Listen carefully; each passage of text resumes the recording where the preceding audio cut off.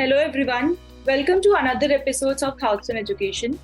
Today we have Sanmitra ma'am from the Dean. She's the Dean of School of Business from World University of Design. I welcome you ma'am to this interview session. Thank you so much, Banki. Okay, ma'am, before we start with the questionnaire part, I just want you to introduce yourself to our viewers. Okay, I'm the Dean at School of Business, World University of Design, and I have some 22 years of experience. I have worked in the field of UX, design management, design in totality, and I am a polymath. That is, I have studied in different kinds of education fields, and my journey has been multilateral.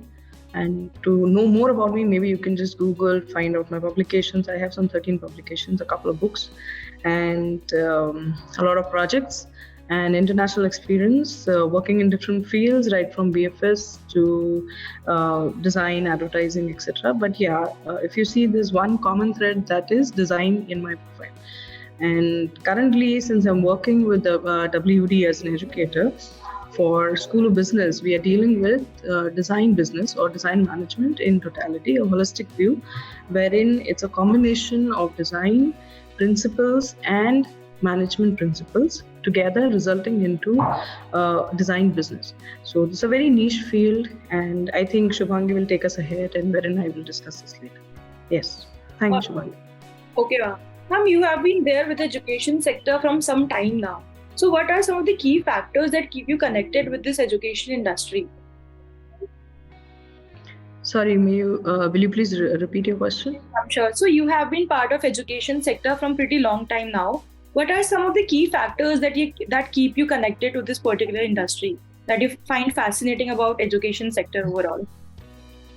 That it is not an industry.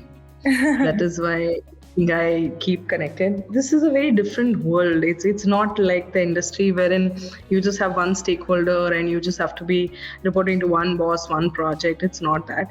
Here it is people. People get shaped. People get a path with your understanding towards that path. And biggest return on what you give is satisfaction from those people who go ahead and do something great in life.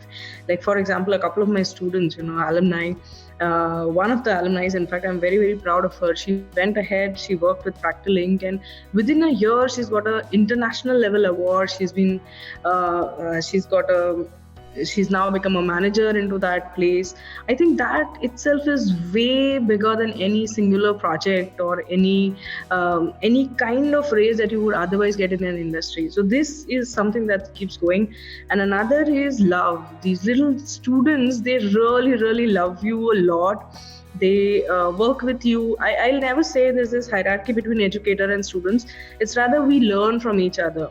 So I keep learning from them, they keep learning from me, and we walk together on a path. I think that's what keeps me going. Yes, thanks. Nice. That was a nice answer.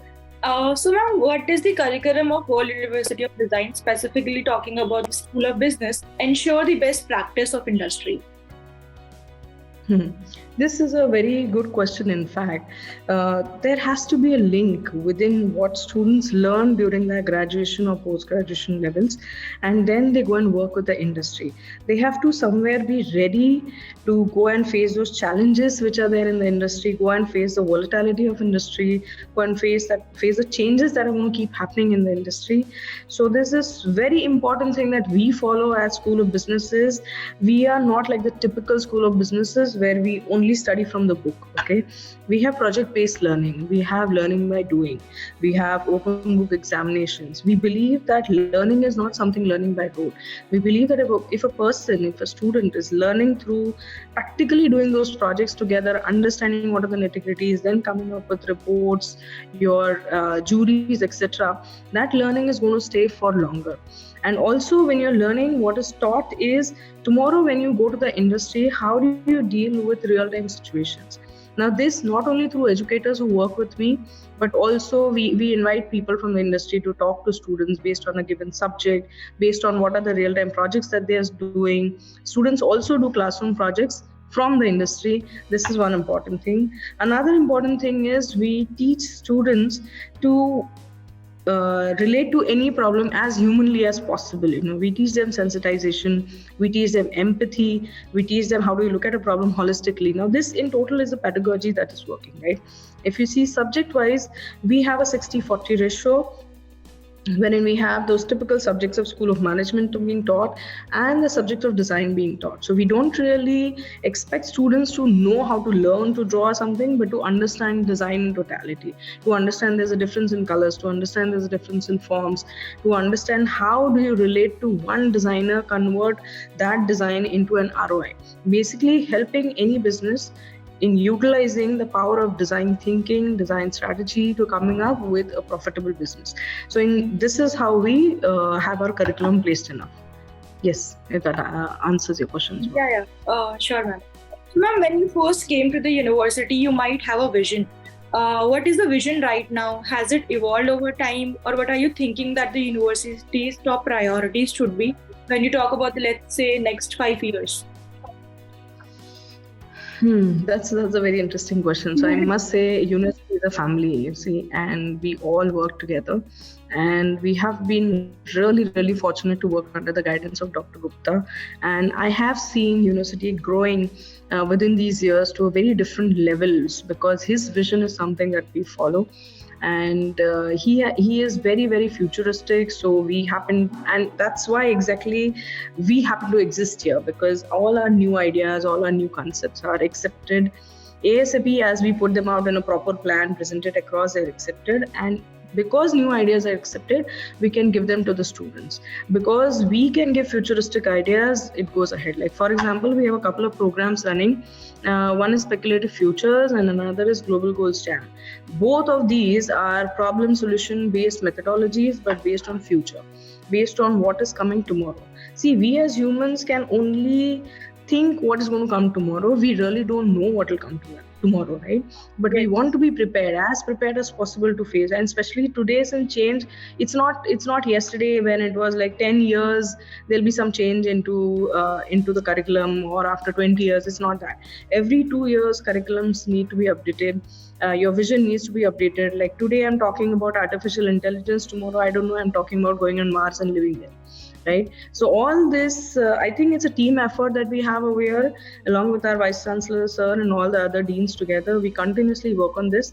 And we do have Board of Studies, people from very huge organizations who are foreseeing future also. So we work together towards updating the vision every single year, updating the way subjects are delivered every single year, and pulling in any kind of futuristic needed subjects into our everyday curriculum. Yeah, that's how we work. All right. Ma'am, would you like to talk about more about the placement opportunities as well as the internship opportunities that the students have? Yeah, so I'll go one by one. Placement opportunities and internship. One is, we are not a herd.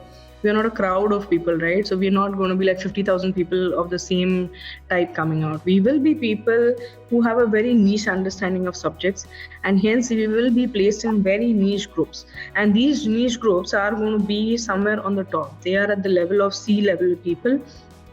That is where my students are supposed to get placed, and they have been placed. I just gave you one example. Another important thing is we teach them to think independently, to come up with their own ideas. So a couple of entrepreneurs also, that is also one thing that we look into. And yes, placement has been 100%, so that's absolutely there. Students are earning well enough, doing well enough, and of course proving themselves way better than what they joined. Yes. And about the internships, ma'am? Okay, so internship is, there are two kinds of structures that we have. A summer internship, which is 1.5 months that students do. Okay, and we have a proper placement office wherein we have really promising people who help them get internships. But when I say this, I must say that it is definitely based on the student's ability also. It's not that we pick up someone and we put that person there like a jigsaw puzzle. It's not that. Student has to be good. And internships, they've all received 100% internships have been there. But we have a system called as graduate project. So at the end, that is the last semester, student works with the industry for 6 months. and works on a given problem statement, try to sort this problem statement at the end of that 6 months, come up with a proper document and submit it not only to the industry but to us also, and there's a jury.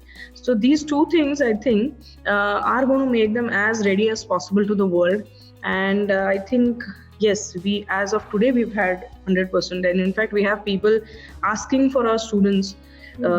Yeah, supply is a little lesser than demand. Wow. That is great, ma'am.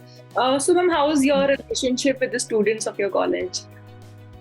Oh, I love them. They're really good people. And students, I think they're so fresh. They have different ideas, and all you have to do is just be a little more open to their ideas.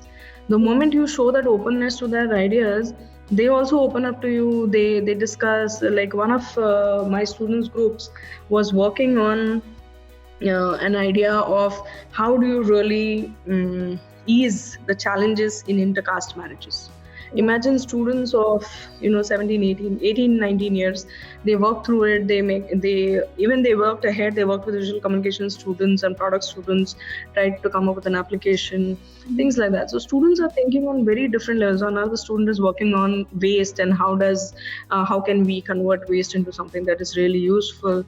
Now again, working with students can never happen working in silos. You have to work in groups, and you have to be a part of the group as an educator also. So this hierarchy I said, right, there's this false sense of control in the educator's mind which should not be there. Once that's not there, then students are going to be around you working in projects, giving their ideas. You should try to encourage them to give more ideas. Once they start giving ideas, you start working well. And that's going to help them, because tomorrow then they will not be afraid of their bosses. They're not going to be afraid of how to put an idea forward. If they can put that idea to the dean of their college, then they can put it forward to the VP of that company, right? So this ethos is something that we at School of Business follow. And I think it helps us also and the students also. I absolutely love my students. They're amazing. Absolutely amazing people. Yes. I really feel like you are very close to your students as well. But being dean of your school, obviously you'll have to maintain that particular distance also. So how do you try to maintain a healthy relationship with the students and with the institute itself? How do you balance those things? That's a question that is complicated, but the answer is really simple. You are friendly to your students. You're not friends. Yes. Okay. That's exactly what you do with your own kid also, right? You're friendly to your kid. You're not friends. Wherever they need to be reprimanded, as politely as possible, you need to tell them. I believe in being happy and polite with the students, because whatever I may say, my educators, my faculty may say to them, it's going to be there with them for another 20 years. Yes. They'll remember it for 20 years, that I was told this by my professor. Yes. So that is why I try to, not only them, my own kid also, I look at them as individuals, as humans, as people having some intelligence, which I am also going to share with them one day. So I tell them as politely as possible how you would talk to your own colleague, how you talk to a person of your own age. That is how you deal with your students. And they also know, they themselves know there's a line which they can't cross. It's just that. And yeah, if it is about balance, then we have these time structures where students know that even if they message after a given time, I will be replying in a given time. Okay. This has been told to them within the day one of the class, right? But at the same time, they can be very free. They can call me, instead of calling me ma'am or sir or something. We have a thing where they can call me by name. That's what we also did to our professors. So I think that has helped, and I've just maintained that ahead. And other balancing act, I think students is a different section. Working with the colleagues is a different section. As long as you can compartmentalize both those things, I don't think there's a balance or something that's needed. No, it's not needed. Yeah. Does that answer your question? Yeah, we have almost reached to the end of the interview. So any suggestion that you would like to give to the current youth of the country?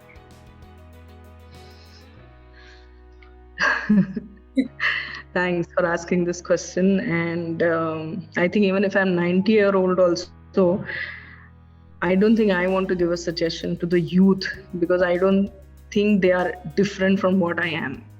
You know, I think we all are growing together as long, again, I just repeat that one line. We just need to be open to each other. We just need to be honest and open, and just stay away from hatred on small, small things, you know.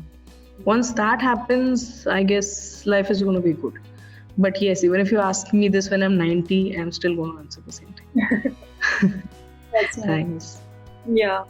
Ma'am, that is all from my end. I, Shubhangi, would like to end the interview itself. In case you have something to add on, you can add on, right?